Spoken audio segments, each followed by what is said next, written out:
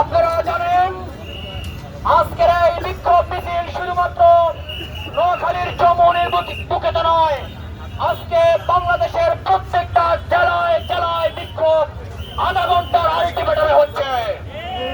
আমরা ওই সন্ত্রাসীদেরকে বলে দিতে চাই, যদি আমাদেরকে আবারও মাঠে নামান তাহলে বাংলার জমিনে ফ্যাসিস্ট আওয়ামী লীগের মতো আপনাদেরকেও থাকতে দেওয়া হবে না।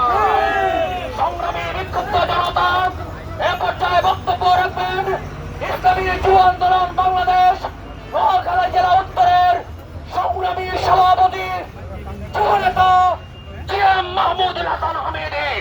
যুব নেতা জিএম মাহমুদুল হাসান হামিদি।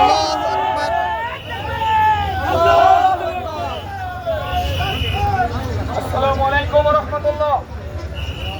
আমি আহমদুল্লাহ ওয়াজিদানি মুত্তাকুদ।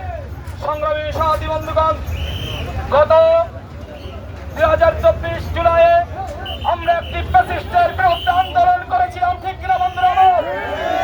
আমরা ফ্যাসিস্ট হাসিনাকে ভারতে তাড়িয়েছিলাম, কিন্তু দুঃখ পরিতাপের বিষয় ভারত হাসিনার পরিবর্তে আরেকটা রয়ের এজেন্ট বাংলাদেশে সাপ্লাই করেছে, ঠিক কিনা?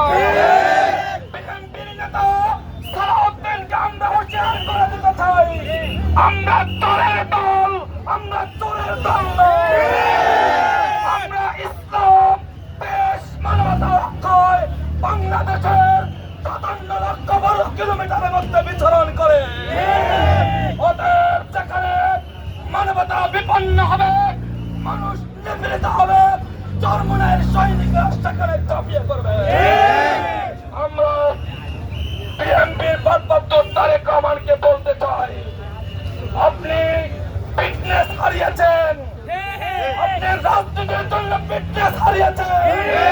ওদের ফিটনেস যদি রক্ষা করতে হয়, এদেশের মানুষের অধিকার, এদেশের মানুষের মর্যাদা, এদেশের মানুষের জীবনের নিরাপত্তা আপনাকে দিতে হবে। আর যদি কোন একটা ভাইয়ের রক্ত ঝরে, কোন একটা ভাইয়ের খুন হয়, বিএনপির রাজনীতি নিষিদ্ধের জন্য আরেকটা জুলাই বিপ্লব হবে। আপনারা হুঁশিয়ার হয়ে যান। আমরা ফয়জুল করিমের সৈনিক, যেই ফয়জুল করিম থাপ্পড় দিয়ে ত্যাগ করা যায়। আপনাদের সেই কথা ভুলে গেছেন? আপনাদের নেতাদেরকে থাপ্পড় দেওয়ার সাথে সাথে দাঁত পড়ে গেছে।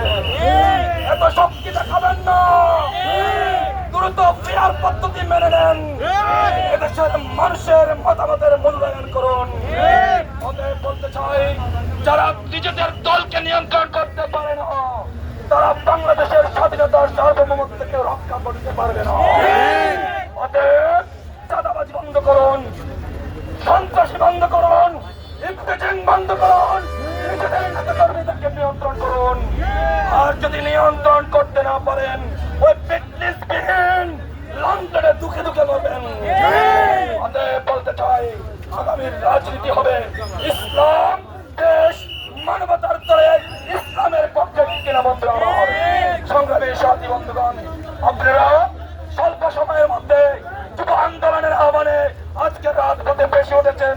যদি বিশ্বের ধর্ম নাই আবার নির্দেশনা দেয়, আমরা রাজপথে থাকবো ইনশাআল্লাহ।